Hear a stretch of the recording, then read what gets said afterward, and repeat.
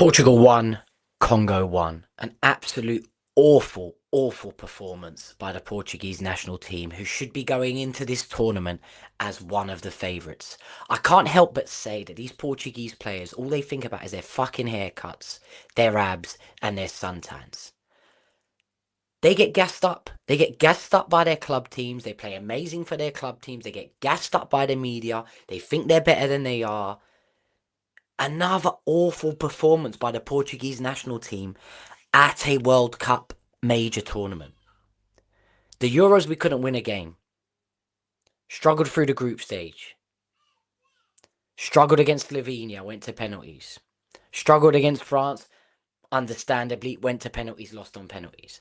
The World Cup before that, Morocco get an early goal against us. That's it. We can't break them down. Pass, pass, pass, pass, pass, pass, pass, pass, pass. And yesterday, more of the fucking same. Pass, pass, pass, pass, pass, pass, pass, pass, pass, pass, pass. No end product.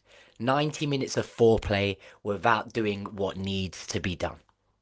Got that early goal with João Neves, and after that, pass, pass, pass, pass, pass, pass, pass.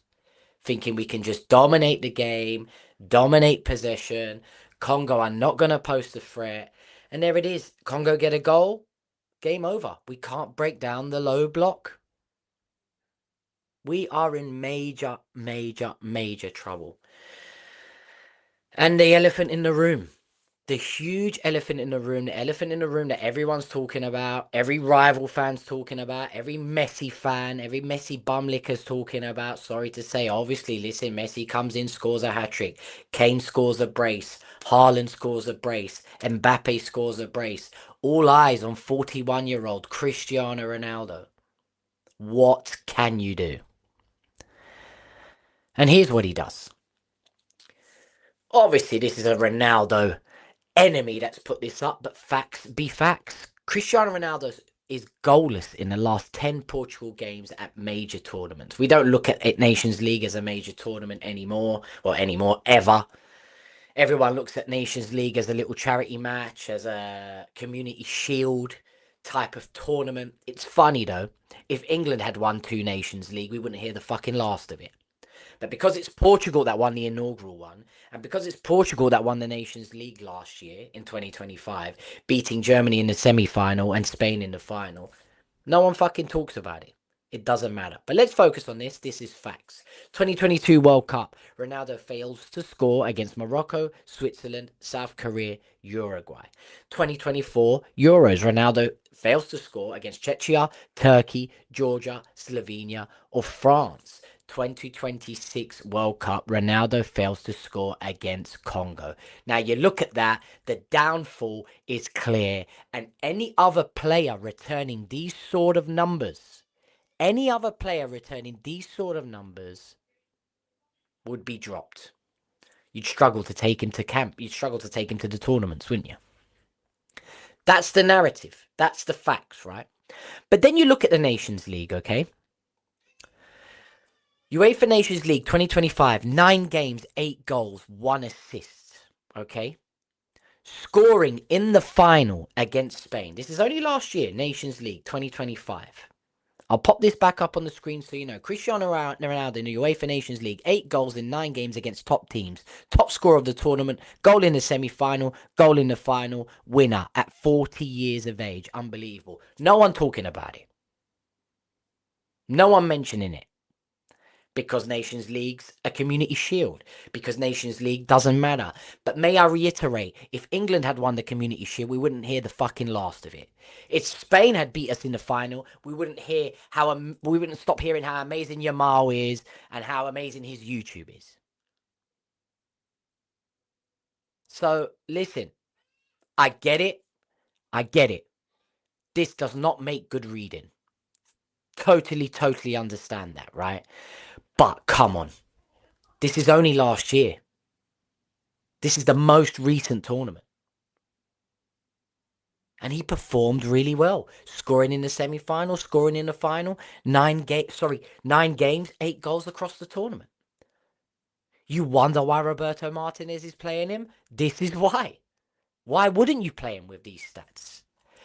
And listen, we must not forget. And I've made this point. Prior to Cristiano Ronaldo, 3 Euro qualifications, 3 World Cup qualifications, 3 Euro qualifications out of 11, 3 World Cup qualifications out of 17. That's 1930 to 2002. 0 major trophies won. 0. Okay? We scroll over. I'll make myself bigger so you can read this properly. 6 qualifications out of 6. This is between 2003 and 2025, okay? So what's that? 22 years. Is that right? Shocking at maths. Compared to 1930 to 2002. I ain't going to try and work that out, but that's a big chunk of years, right? 6 Euro qualifications, 5 World Cup qualifications out of 5. That is now turned into 6 out of 6 with the World Cup 2026. 3 major trophies won. Granted, 2 of those are Nations Leagues, but like I said, I've said it twice in this video already. If England had won Nations Leagues, we wouldn't hear the last of it. So when you see these stats, it's hard to turn your back on the man. When you see these stats, it's hard to ignore how important he has been. When you read this, 8 goals in 9 games against top teams in the UEFA Nations League. Goals in the semi-final, goal in the final, won it at 40 years of age, playing a pivotal role. It's hard not to start this man.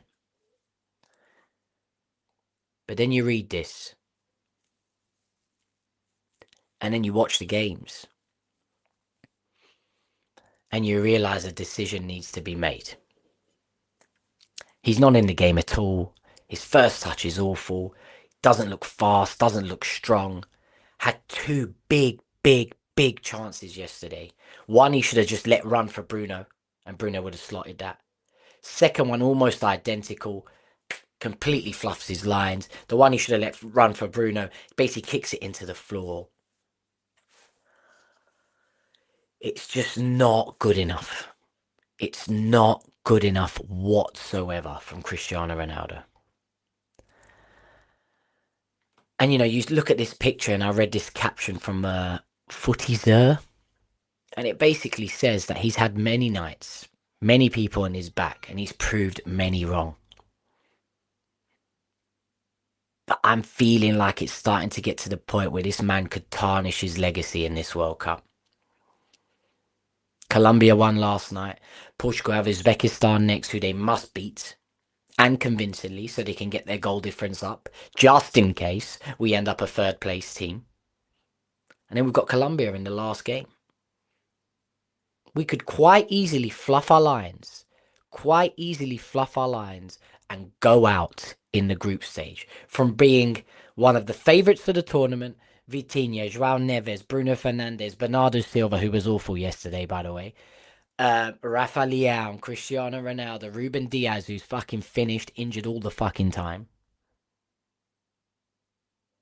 From all of those players I've just read out to going out in the group stage, if that happens, although the team's not been good enough, they weren't good enough yesterday, it will all fall on Cristiano Ronaldo's back. And rightfully so. You've been the talisman. You've got the plaudits.